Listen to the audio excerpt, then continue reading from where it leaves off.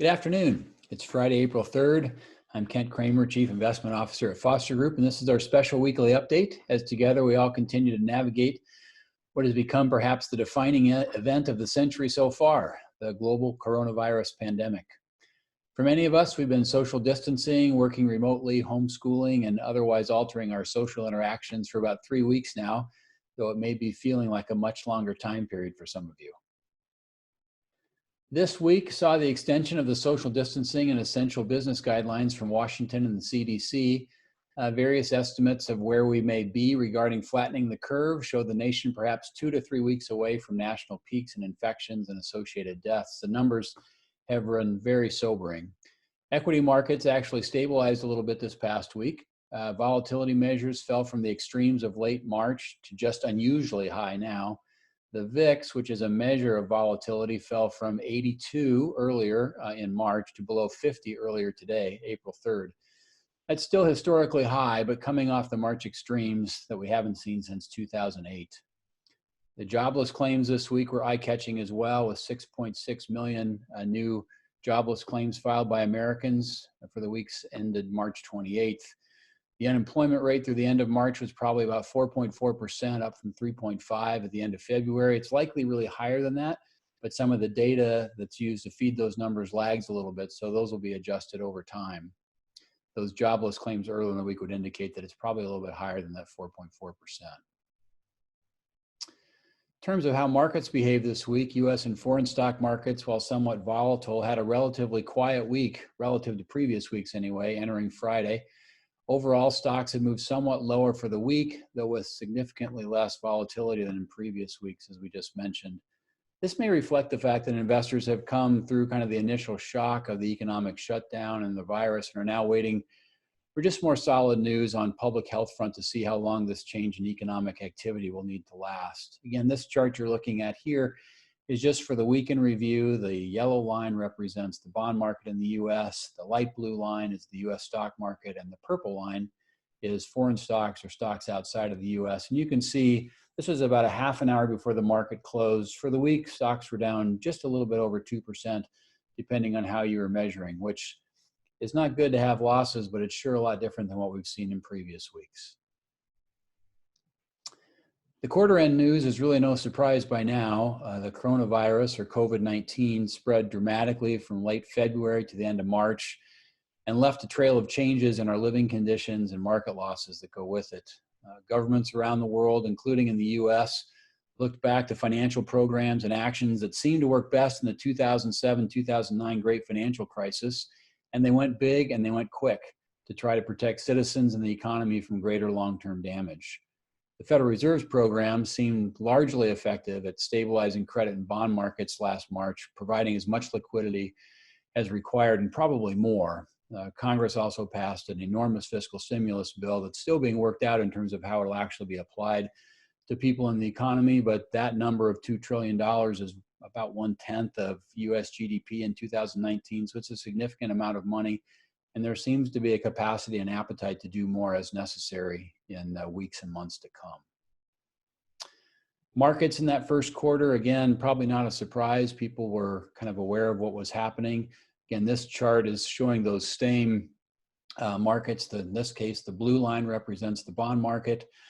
The dark line represents the US stock market, and the yellow line again represents stocks outside of the US. You can see that volatility in the blue line kind of around the 16th of March through the 23rd of March. That's what the Fed was trying to address with their bond buying program. And you can see that kind of return to normal, or what something more normal for bonds. That's a really good sign, I think, as well as the lower volatility. It seems like the market is starting to quiet down just a little bit, which is generally a sign of health. We don't know if it's seen the bottom, but we do know things are stabilizing, and that's good news for investors, I think.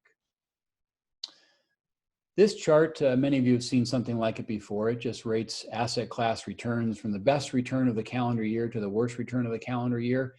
And while it's hard to see the detail, the reason I included it this week is you can just see the reversal from 2019's return to the year-to-date so far in 2020. Last year, large cap stocks in the US led the way with a return of over 31%, followed by REITs and small cap stocks in the US. This year, those risk asset classes, stocks, emerging markets, commodities, REITs, they're all at the bottom of the list so far, and at the top of the list in 2020, no surprise. Fixed income, bonds have done the best, followed by cash. That box right below it represents just a diversified portfolio of stocks and bonds, and it's just showing the value over time of diversification in an investor's portfolio. Okay, so that was kind of the week and the quarter in review. Topically this week, what I thought we might want to look at is something maybe a little bit more encouraging. At some point, investors want to talk about how things recover.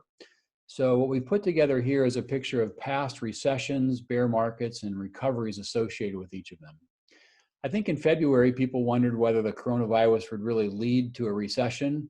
It seems pretty certain at this point, given all that we've experienced around the world and in the US, that we're in one or having one. The data is already anecdotally there with supply chain delays, unemployment claims that we saw this week. The likelihood of GDP declining for 2 straight quarters seems to have gone up quite a bit. That's the common definition for a recession: 2 quarters, 2 consecutive quarters of decline or contraction in GDP.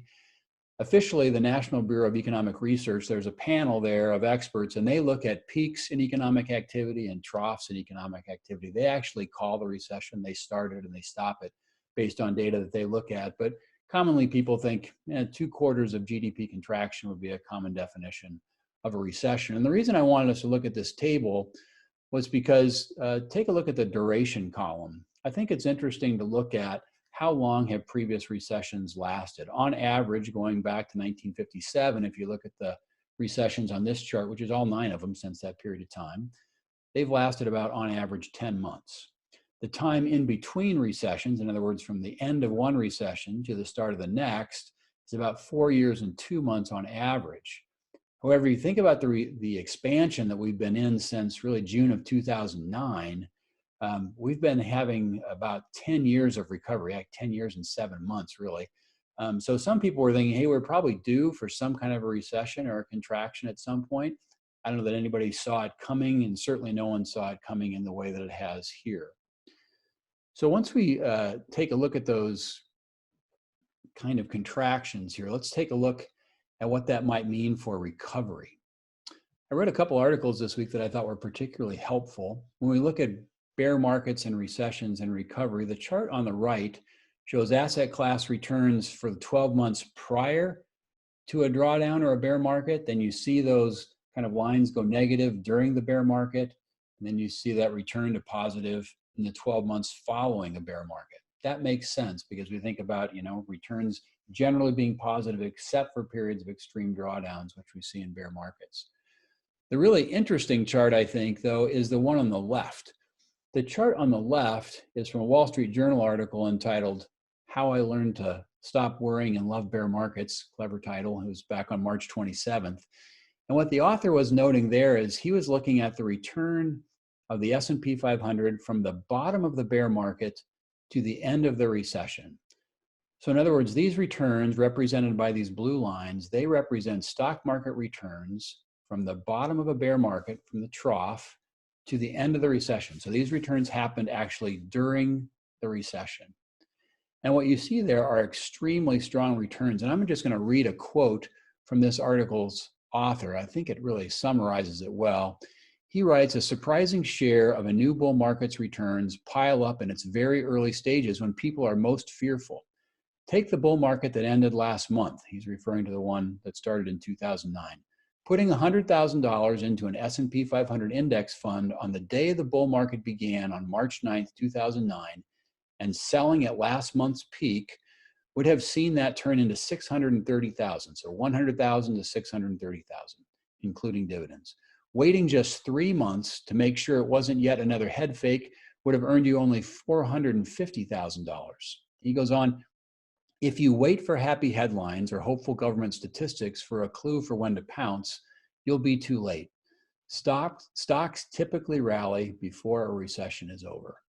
There's a lot of reasons for that. One of the things about calling recessions in terms of when they start or when they stop is because it's always done with trailing data. We don't know we're in a recession until it started, and we don't officially know we're out of a recession until it's over, technically in terms of the numbers. But participants in equity markets are able to see what's happening. They have a sense for what's going on in markets. And so the stock market tends to lead be a leading indicator of economic activity. Let's look back and see how that worked in the great financial crisis in 2007 to 2010.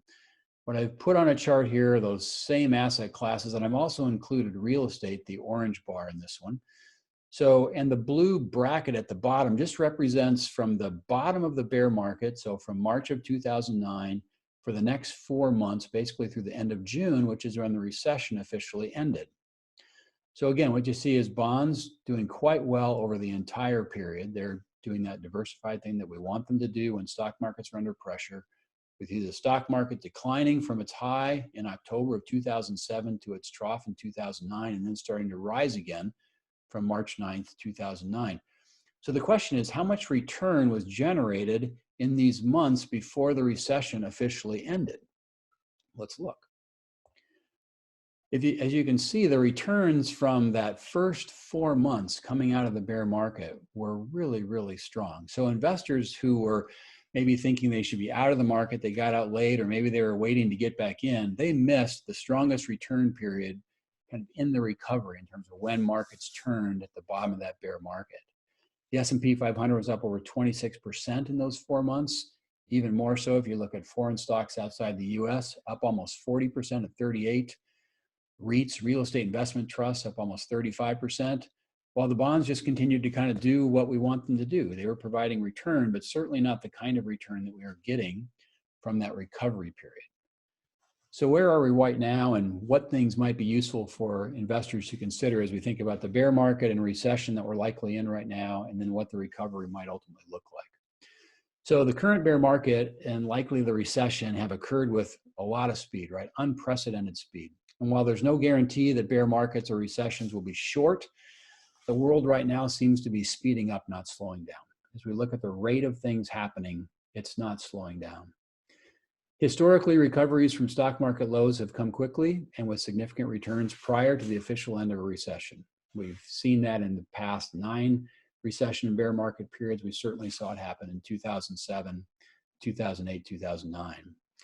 And this last one I think is important just for us as investors. We have diversified portfolios. Many of us have both long-term investments like stocks and real estate, as well as shorter-term preservation assets like bonds and cash. But regarding those long-term investments like stocks and real estate, patience has always been a key characteristic for successful investors. I don't think that's any different at this time.